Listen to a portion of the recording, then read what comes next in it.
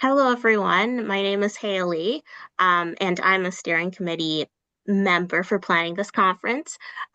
Before we start our second session, I want to thank the conference's sponsors. So, Pain BC, the Strategy for Patient-Oriented Research Chronic Pain Network, the Canadian Institute of Health Research Institute of Musculoskeletal Health and Arthritis, the Partnership for the Engagement of Patients with Pain Research Project in Health Canada. Another note is many of our presenters will share stories and perspectives shaped by their individual lived experiences. The views expressed do not necessarily represent the views of Pain Canada or our other sponsors. And remember that these sessions are being recorded. We will make them available after the conference on Pain Canada's YouTube channel. So, welcome to the second session for today, Art and Stories. Please be reminded that today's session will be recorded, so we will have French interpretation and closed captions available for you. And if you don't know where to find that, it's closed captions. There will be a CC option at the bottom to select your language as well. So please join me in welcoming Ada Goldstein. Thank you, Haley.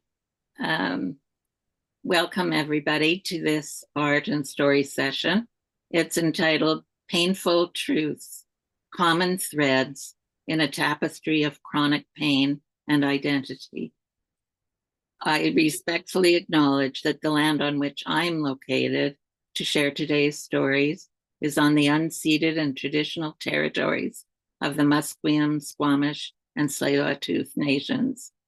We give gratitude and respect to the Indigenous peoples past, present, and future who continue to live in, care for, and have stewardship over this land.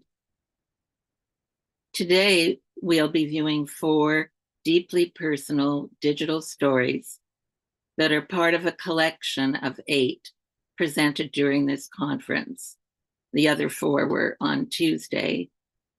Each storyteller participated in a digital storytelling project, exploring the lived experience of persistent pain and its impact on identity. These stories may evoke strong emotions or unexpected responses in you. Please take care of yourself as you watch, whether that means shifting your position or taking a break or coming back later. All of the sessions are recorded, as Haley mentioned, and are available for viewing and in your own time and at your own pace. To learn more about the storytellers that are involved, please visit their bios that are provided for this session. If you have comments or feedback for the storytellers, you can use the Q&A button at the bottom of your screen, and also feel free to use emojis at any time during this presentation. All feedback will be shared with the storytellers and will help in the planning of future events. So let's begin with our first story, entitled Finding My Balance by Gillian Banfield.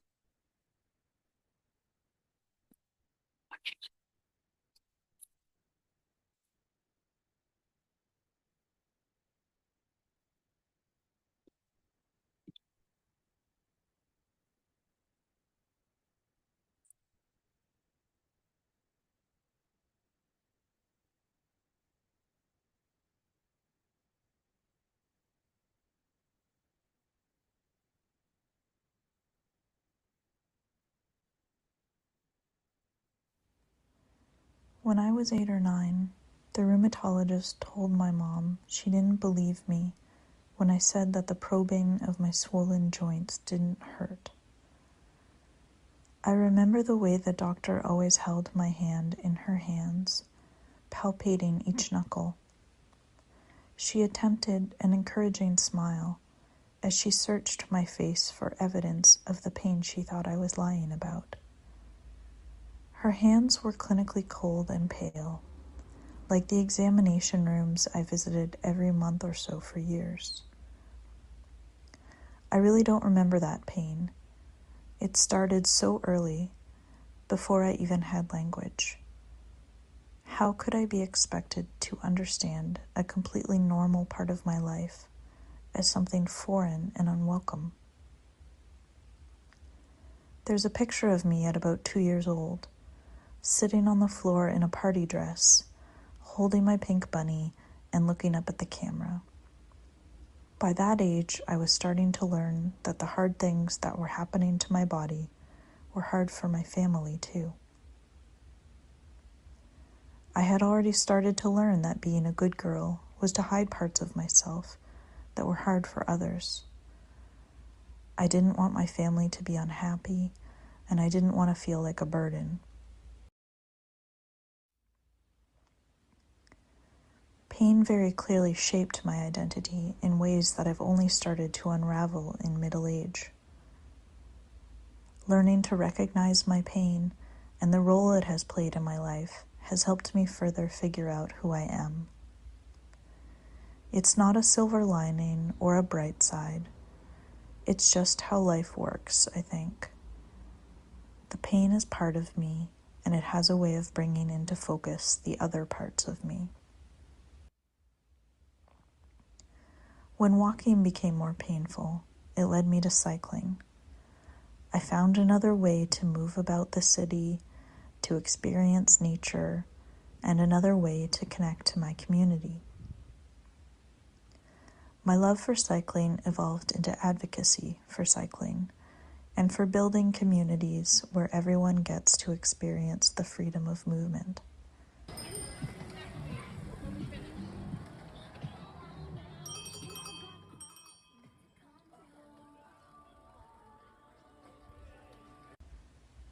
My advocacy work has provided a sense of purpose, the closest friendships I could have ever hoped for, and many opportunities to learn and grow. I no longer try to hide or suppress my pain. I curse it most days, actually, and I fear it. I know there will be more, and that the rest of my life will be spent managing it. I just try to sit with the tension that the other fundamental parts of myself exist because of my relationship with pain.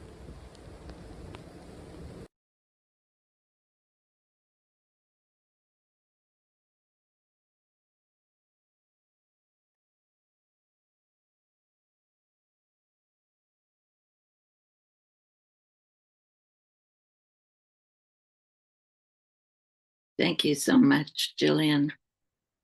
Our next digital story is by Nikki Chopra, and it's entitled The Other Side of Pain.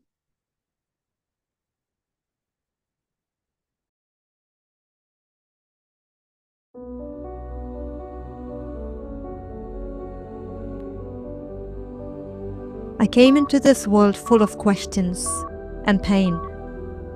Born with malfunctioning kidneys, brittle bones, a body that refused to cooperate. Hospitals weren't just visits, they were my childhood. Before I knew fairy tales, I knew antiseptic. I knew the sting of injections daily. I knew what it felt like when your skin turned blue. I couldn't walk for 2 years. But what pierced deeper than pain was the way the world looked at me. Why do you walk like that? Why are you so short? What's wrong with her?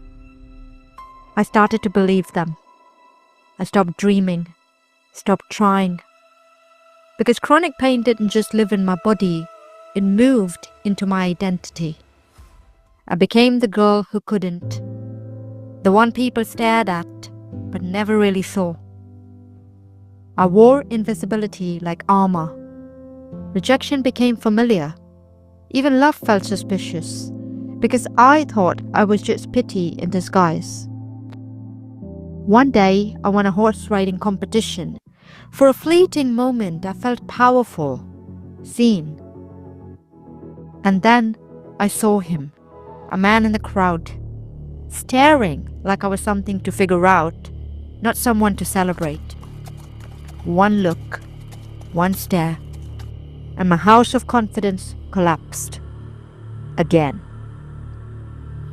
That's when I made pain my identity, not consciously, but fully. I shrank my presence, muted my voice, wrapped myself in invisibility, because being unseen felt safer than being stared at. I didn't just live with pain, I became it. But here's the thing about rock bottom. It's solid ground, and I chose to rebuild. Mindset, self-compassion, rage, relapse, relief.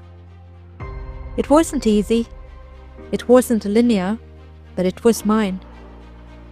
And slowly, I began to reconnect with that little girl, step by step, tearing off the labels I had worn like skin, broken, burdened, too much, to the one who loved life, who asked questions, and who deserved better.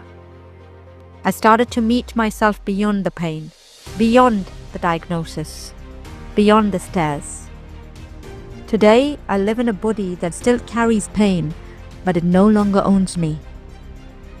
Chronic pain is still part of my story, but it's no longer the title. I don't shrink anymore. I don't apologize for taking up space. I am no longer just the little girl in pain. I am the woman who rose from it.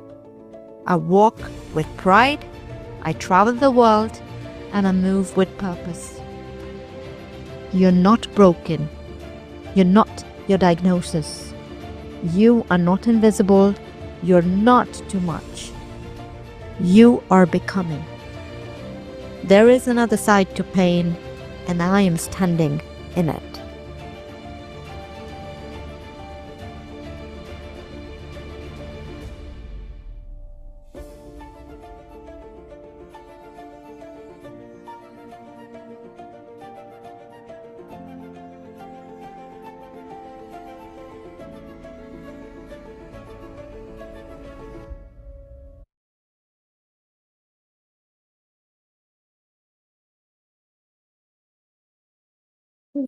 So moving. Our next story, the third one in the session, is entitled Masaki by Jenny Lorca.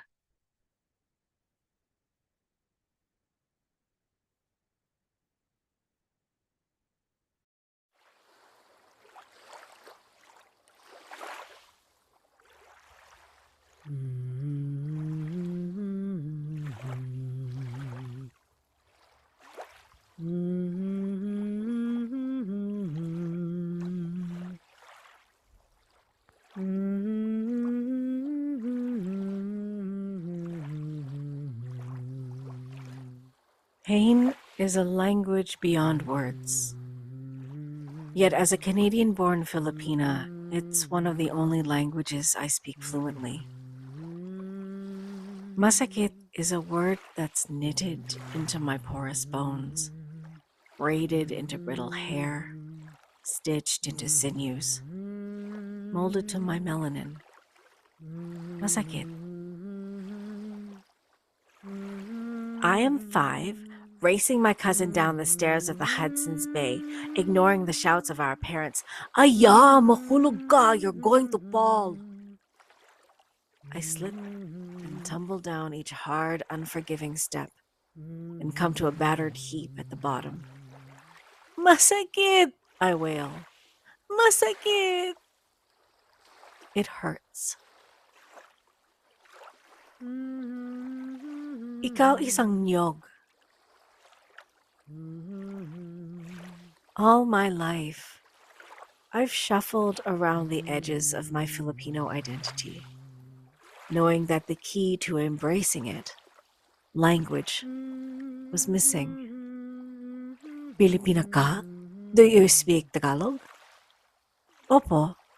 Yes, I'm Filipina. I say. But I don't speak Tagalog. Hindi ko alam. I don't know how. Allah, isang nyog, they say. A coconut. Opo, I say. Yes. Masakit. Mag-alaga ng may sakit. 40 years after the tumble down the stairs, I am at the bedside of my hospice patient, asking awkwardly in my baby Tagalog, Masakit? Saan? Malamig? This patient could be my tita, my ninang, my lola. Her tearful daughter wrings her hands, helpless to communicate because only Tagalog remains. She watches her mother's English drain away as she approaches the end of her life. This daughter could be any one of my cousins, all of us who were born here, all of us who are nicely assimilated, like a row of perfect coconuts. This patient, this person, could be my mother. This daughter could be me. Kapwa. Flares, and pain flares in particular, are fickle, capricious masters.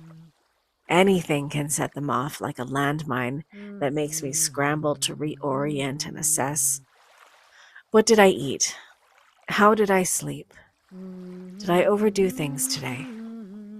Did that fight with my spouse set it off? What am I anxious or angry or sad about? After the events of the Lapu-Lapu Festival in Vancouver, my pain body was pummeled with all the landmines. Tight, seized muscles, sore, swollen joints, sharks in my belly, mermaid feet where every step is broken glass and razor blades, a janky nervous system, just all electric and angry and grieving. Something unspeakable happened in my Filipino community and the greater community at large, my kapwa, and the impact of it, the pain of it, continues to be reflected and refracted in my body. How could I ignore the collision of the visible and the invisible, of my pain and my Filipino-ness, when they are so tightly woven together? Masakit!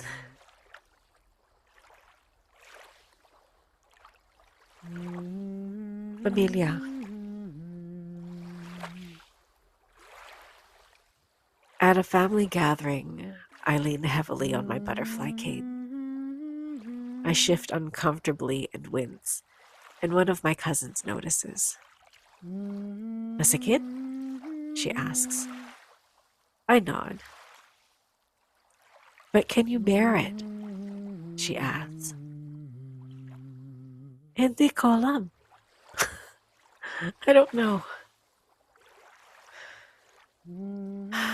Sanang na. I hope so.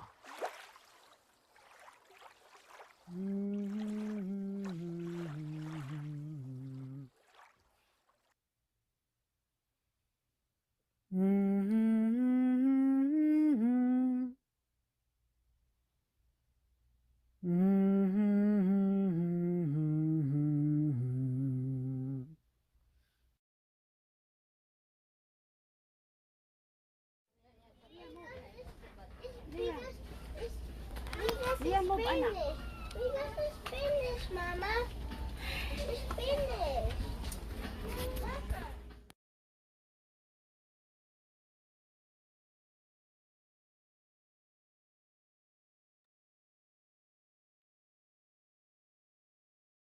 you so much, Jenny. Our final digital story this morning is by Zaina Gordon, and it's entitled Zaina.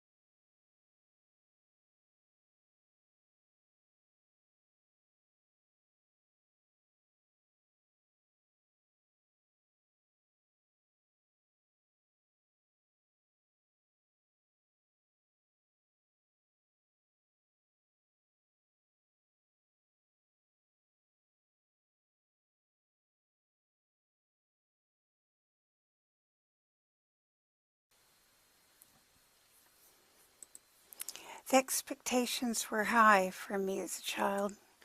I was raised and treated as a girl, but with the underlining pressures of living up to what a boy, a son, would have been. For this reason, I never wanted to be really noticed as a girl. Beauty was one thing, but brains and intellect is the path that a boy would have strived for. I wanted to be noticed for my mind, my intellect, but no matter what I did to act like a boy, I got noticed as a girl. When I was a child, fathers were only involved in the disciplining actions. I was raised mainly by my mother and my grandmother. If you can read and understand the words, you can learn anything. You must be reasonable, rational, critical thinker, opinionated, and thoughtful. Think like a boy. I left home as a very young girl. I was a hard-working single mother who began to experience extraordinary pain. I winced holding my child's hands. I couldn't type or hold a pen. Dropped everything that required a grip. I was scared and struggling to admit I was in pain. A man would not admit to or succumb to any pain. Admitting I needed help was difficult. Grandma would say, pain is weakness. Never let anyone see you sweat. My mom would follow up with a suck it up, buttercup. However, my favorite one was, if you're looking for sympathy, you can find it between shit and syphilis in the dictionary. Wonderful advice. But I had to do something. Doctors, specialists, tests, diagnosis, medication, all took time and changed me. The meds aged me significantly. I gained weight, lost teeth. My gray hair started to thin. Eyes became dull. I was changing in a way I did not expect. Nor did it matter if I was a male or a female. What matters was how I handled my path. Now some of the phrases I was taught helped a little. So in the words of my ancestors, I pulled up my bootstraps, put on my big girl pants, and I rely on who I am now. I attend doctor's appointments prepared, complete with research that I've learned about my condition. This supports reasonable and educated discussions with my doctors. I fight hard for what I know to be true for me. I have a supportive and loving husband and kids. I still wince when I hold my grandbaby's hands, but I don't care. I can handle it. This is my body. No one knows it better than me. I may not be a powerful mythological fairy or a true mountain woman, but my upbringing made me strong enough to handle my path. And at this point, I think I'm doing a pretty good job.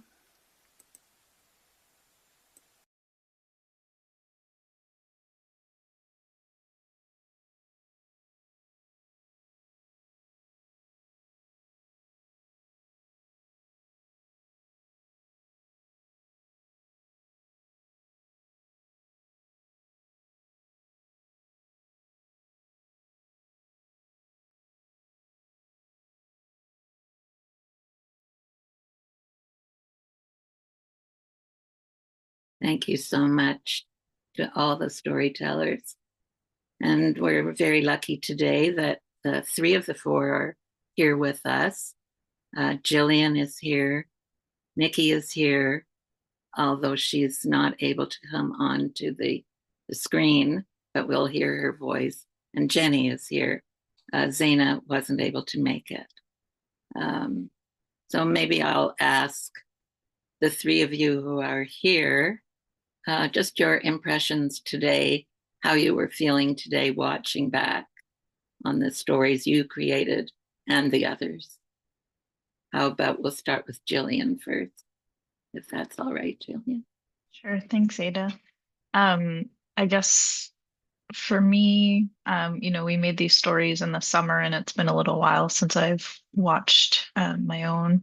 And I guess I'm grateful that I have it as sort of a resource for myself going forward. And when I made it, I was thinking of it as sort of a selfish endeavor of making sense of part of what I've lived through, but also the good things in my life that have come out of those experiences. And I think right now, especially, I guess facing some more pain and surgeries and that sort of thing. I'm glad that I have this, that it can help sort of center me going forward again. And I was also really grateful to see the other stories today as well. It's just it's been such a lovely group to work with and to see so much diversity, but also just those common threads. So I really feel very privileged to have been part of this.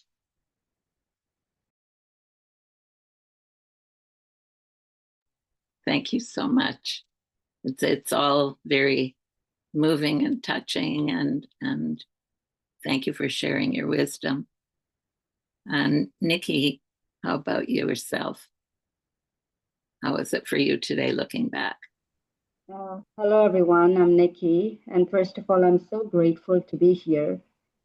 And when I just back at my story, and it reminded me how many years ago I couldn't even walk, and I didn't know if I ever really would walk properly. But today I live such a full, active, and meaningful life. And as a pain coach, I help others improve their quality of life and find freedom within their pain as well. I just feel this story I created for this conference wasn't just about my struggles. It's about hope. It's about what happens when we stop seeing ourselves as broken and start believing that healing and growth are possible, even when pain remains. So if there's one message I want to leave you with, is that healing isn't just always about being pain-free, but about finding freedom within it. Thank you for listening, and I really hope my story reminded you that you too have the power to rewrite yours. Thank you so much. That was such an inspiring message. And Jenny, over to you now. How did it feel for you? I am so, oof. I'm still so full of feels. It, as Jillian mentioned, it's been several months since that we've been, thinking about it and dreaming about it and agonizing about it and gathering information and really diving deeper than I think any of us expected, right? Like there are some gorgeous images and metaphors in all of ours, and I'm sure that we're all still discovering these as I continue to watch. And so I'm hit with being transported back to the immediacy of when I first created it. So yeah. Also, this whole conference week has been full of really like vulnerable places for me, and this one in particular. So it's yeah, I'm just really grateful to be here. And thank you to Sandra and Sadia and Divya and you, Ada, and Jillian, Nikki, Zaina, Tanis. Who am I missing? Vasilisa. Nuts. I'm missing somebody. I know I am. For being part of it. Thanks, Ada. Thank you.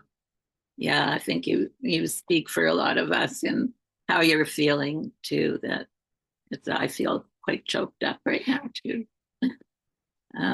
I'd like to thank all the people who are attending this today for holding space for these 4 powerful stories. Each one represents hours of reflection, writing, and technical effort. And we deeply appreciate the courage, vulnerability, and creativity of our storytellers. If today's session resonated with you, we invite you to join us for a special online event on January 29th, 2026, from 10 a.m. to 12 p.m. Pacific time. This event will highlight the Digital Storytelling Project and offer an open opportunity to converse with the storytellers. Discover how storytelling can impact research, healthcare, advocacy, and healing, providing an opportunity to reflect, share insights and learnings for healthcare professionals, researchers, people with lived experience, and the broader community. We hope to see you there, and thank you again for being part of this session.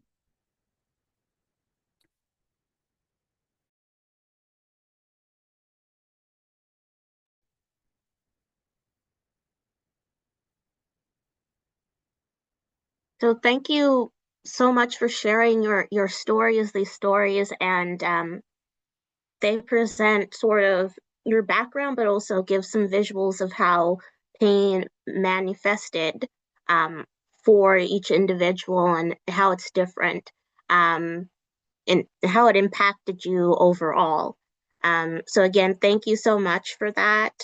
And I also wanted to mention to everyone that these sessions are recorded so you can rewatch them later. Before we end this session, we're going to take a break and return in 15 minutes. You can check the exhibitor area on the Zoom platform for more information, and we'll return at our next session, which is peer-supported social connections. So for this one, you have to be on time. So please be on time because it's interactive and you'll be put into different breakout rooms based on the group that you select. If you don't select the group before the cutoff time, you won't be able to participate. So again, please ensure that you're on time for this. And like I said, please return in the next 12-ish minutes to participate in that session.